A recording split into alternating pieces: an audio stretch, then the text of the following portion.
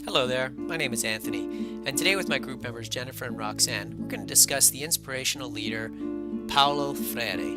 This video will address how we can apply Freire's learning theories to curriculum implementation, change, and reform. We will also address how we can apply Freire's theories in our own learning environments. But first, who was Paulo Freire?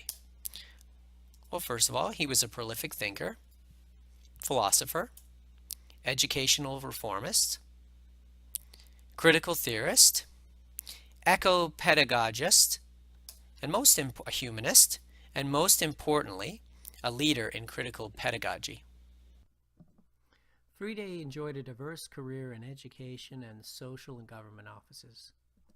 He always encouraged dialogue and a democratic approach to all school and work life. Friere conducted successful research in adult literacy training, which received nationwide support. But after a government coup forced him in exile, he left the country for 25 years. His philosophy of education is not a simple method, but rather an organic political consciousness. He believed, influenced by philosophers like Marx, that social change plus education could result in less oppression and less class struggle. One of his most famous, well-known books is Pedagogy of the Oppressed, which emphasized the concept of conscientization.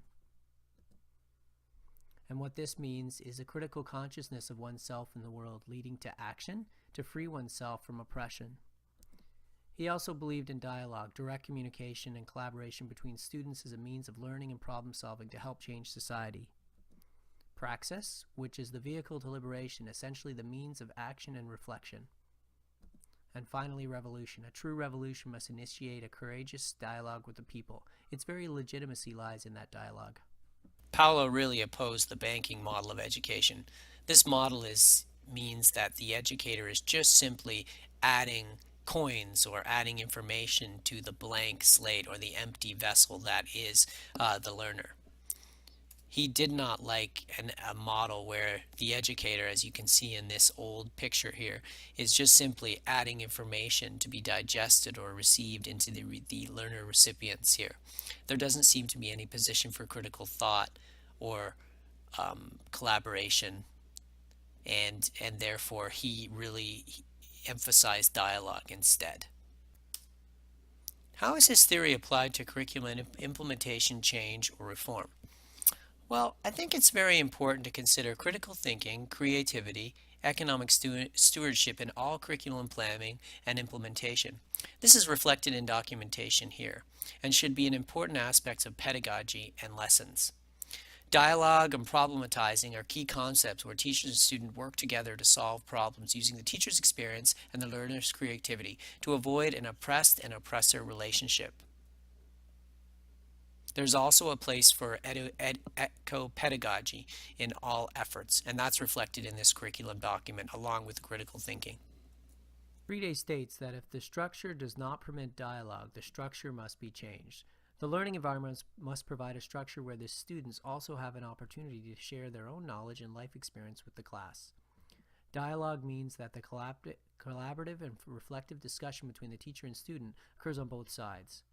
Although this process of learning and knowing the students, they are able to become active participants in their own classroom, their school, their community. Friere created adult learning environments to address the serious issue of the oppressors who attempted to control the thinking and actions of the oppressed. He wanted to create environments where the oppressed started to question their role in society and understand knowledge is power. Collaborative study and inquiry encourage reflective dialogue around social change. Students develop a critical consciousness that questions the status quo and works towards transforming the social structure. Teachers must ask themselves, for whom are they working? Education is a form of politics that serves someone's interest. This question is still relevant today, as we asked ourselves during our first class, what is curriculum? Friere believed that schools should be used for liberation and that dialogue was a key component. Through dialogue, students developed critical consciousness and questioned the status quo. New knowledge is developed between the teacher and student. Life experiences are exchanged in dialogue where both the teacher and the student participate and learn from each other. Friere believed the teacher's role was to make critical literacy relevant to the lives of their students. Friere was not without criticism, of course. Some of the main issues included sexism, unclear language and religious references, and finally an emphasis on class over race in some of the struggles in his ideas. In ESL teaching, the Freirean approach is already common. In the EAP classroom, however, such an oral approach is not as practical. In an academic writing class, an example of how our curriculum could be adapted following the Freirean approach would be to discuss a social issue in groups to problem solve.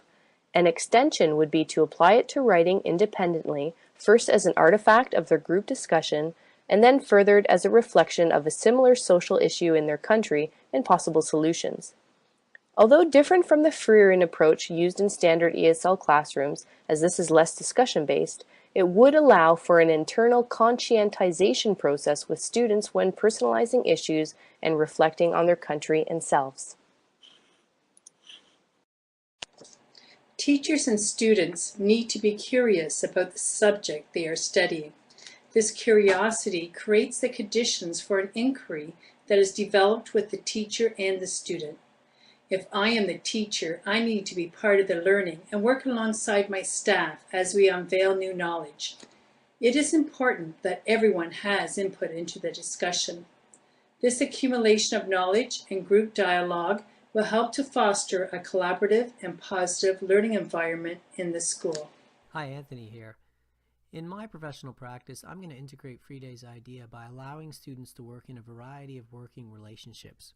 For instance, working together with each other, working with older students, younger students, teachers, professionals to solve issues with their own creativity, using their own critical thinking, and encourage them at all times to consider a love of life or biophilia in everything they do. That's reflected in both my curricular planning and the implementation of my lessons. What are a few takeaways or conclusions from our presentation? Well, the first thing that we considered was the idea that Freire's educator as a coordinator of pedagogical experience was very similar to the 21st century educator model, the one where teachers are working as facilitators and acting as a guide on the side.